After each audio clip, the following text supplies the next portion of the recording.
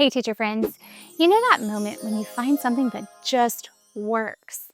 For me, it's been picture books to help my students understand what it means to listen and how that leads to being able to follow directions. Students who listen and follow directions are a must to have a calm, engaged classroom. Today, I'm going to share 15 of my favorite books I use in my classroom to teach listening and following directions. So I'm going to start off with books that talk more about listening in general, and then I'm going to follow up with books about listening to follow directions.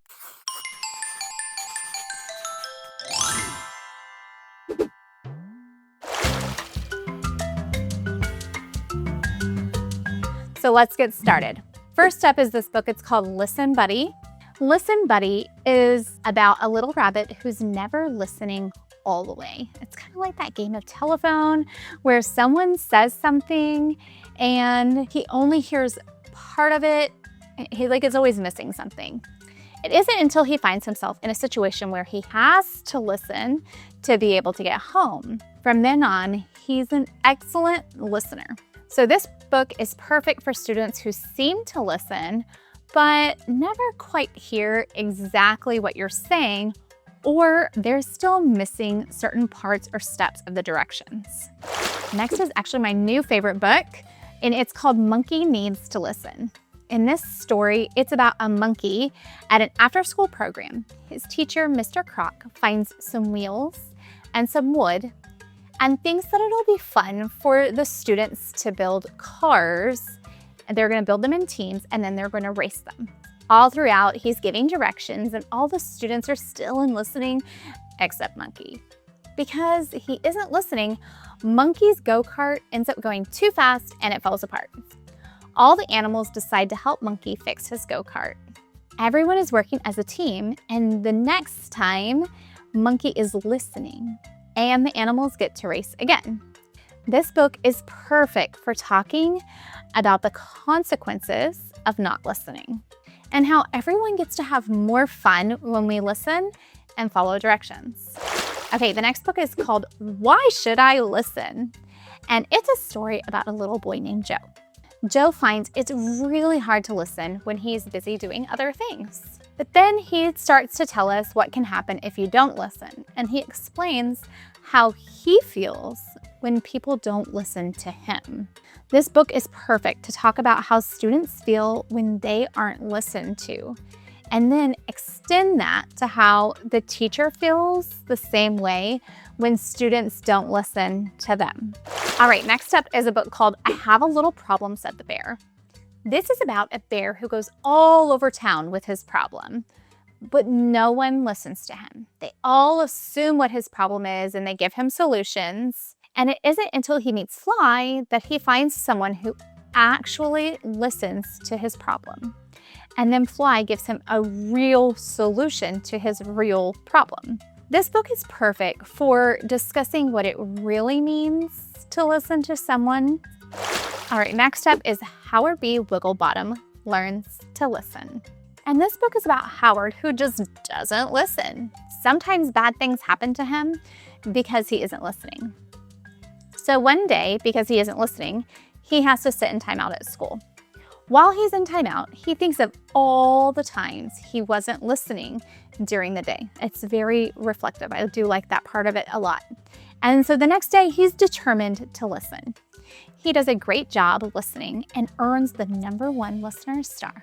I also love that the author includes 7 steps to be a good listener at the end of the book. This book is perfect for students who find it hard to listen because they're moving too much, or they just get distracted in general. I also love the #1 listening star thing because I think that would be something great and easy to bring into the classroom. Our next book is called The Rabbit Listened, and it's about a boy, Taylor, who built a creation with blocks that got knocked down. Animals come by with how they think Taylor should feel or deal with the situation. But Taylor doesn't feel like doing any of the things the animals say.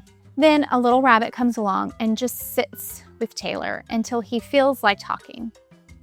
And the rabbit just listens. This book is a great book to discuss feelings and what listening to someone feels like. I think you could also extend it into being a good friend and what being a good listening friend looks like. Our next book is called Lacey Walker, Nonstop Talker. Okay, now this book is about a bird named Lacey who loves to talk. She talks and talks and talks until she gets sick. And when she's sick, she isn't able to talk, which is kind of a theme in a lot of the books. And that's where she learns there are a lot of things that she's been missing out on while she's been talking. And she learns how important it is to listen to others. So this book is a great book to teach balancing talking and listening. When is it a good time to talk? And when is it important to listen? Our next book is kind of similar. It's called Quiet Please, Owen McPhee. Owen is the same. He loves to talk, and he talks so much that he can never hear what anyone else is saying. So he ends up getting sick, and he learns that there are good times to talk and other times to just listen. What I do like about this book is that it focuses in more on not talking over our friends, which I think is a really important concept for kids to learn. I would use this book if you have students that are constantly talking over one another and you want to teach them that we listen when others are talking.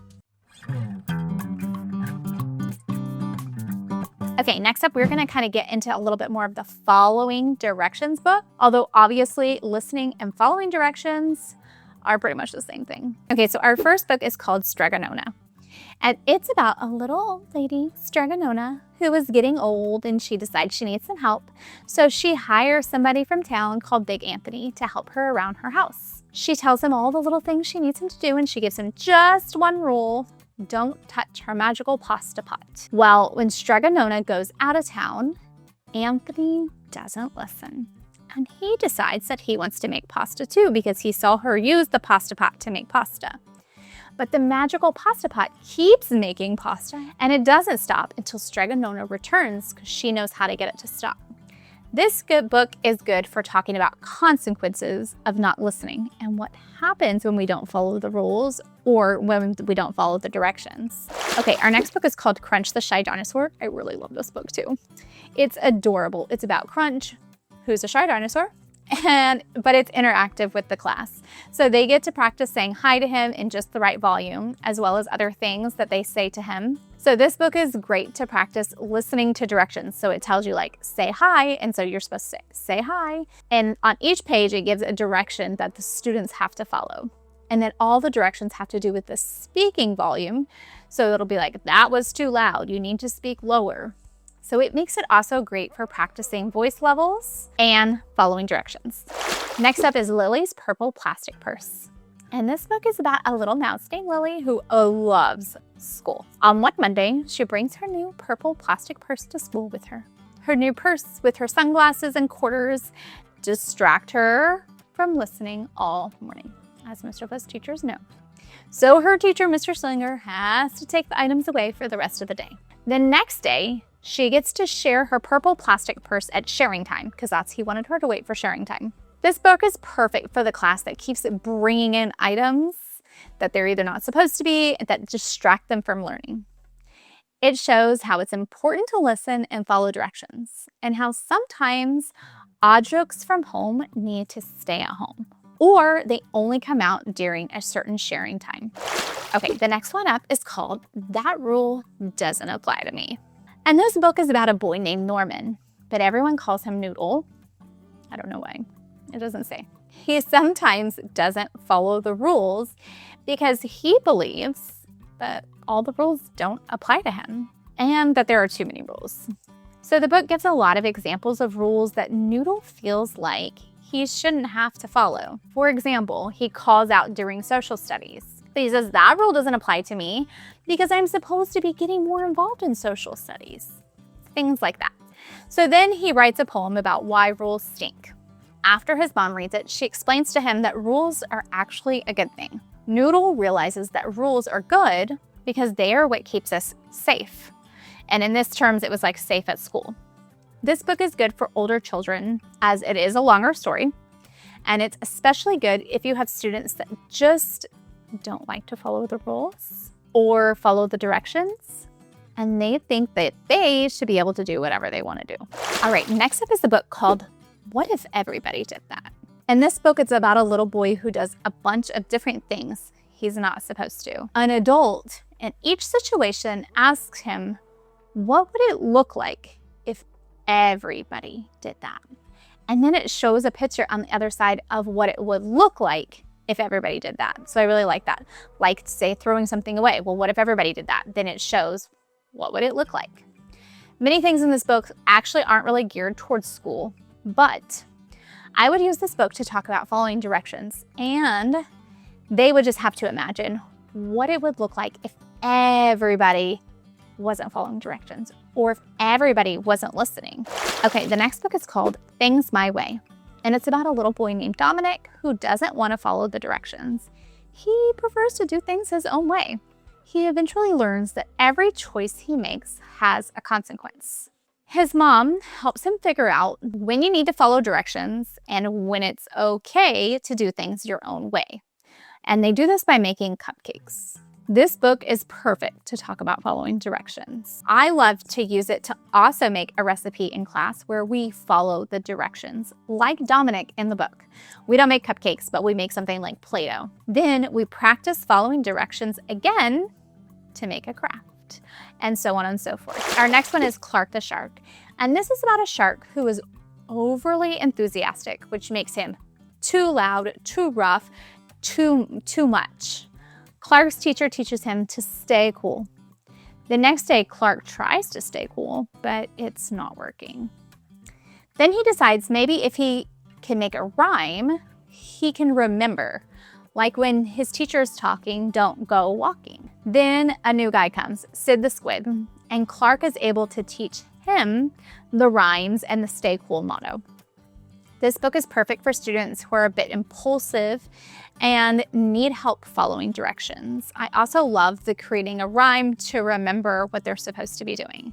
Listening and following directions goes hand in hand with talking. Students who are talking constantly will find it hard to listen and follow directions. So next, you're gonna wanna watch this book list video where I'm sharing my 6 favorite books to help quiet a noisy class and teach them all about voice levels, when to be loud, when to be quiet, and so on and so forth.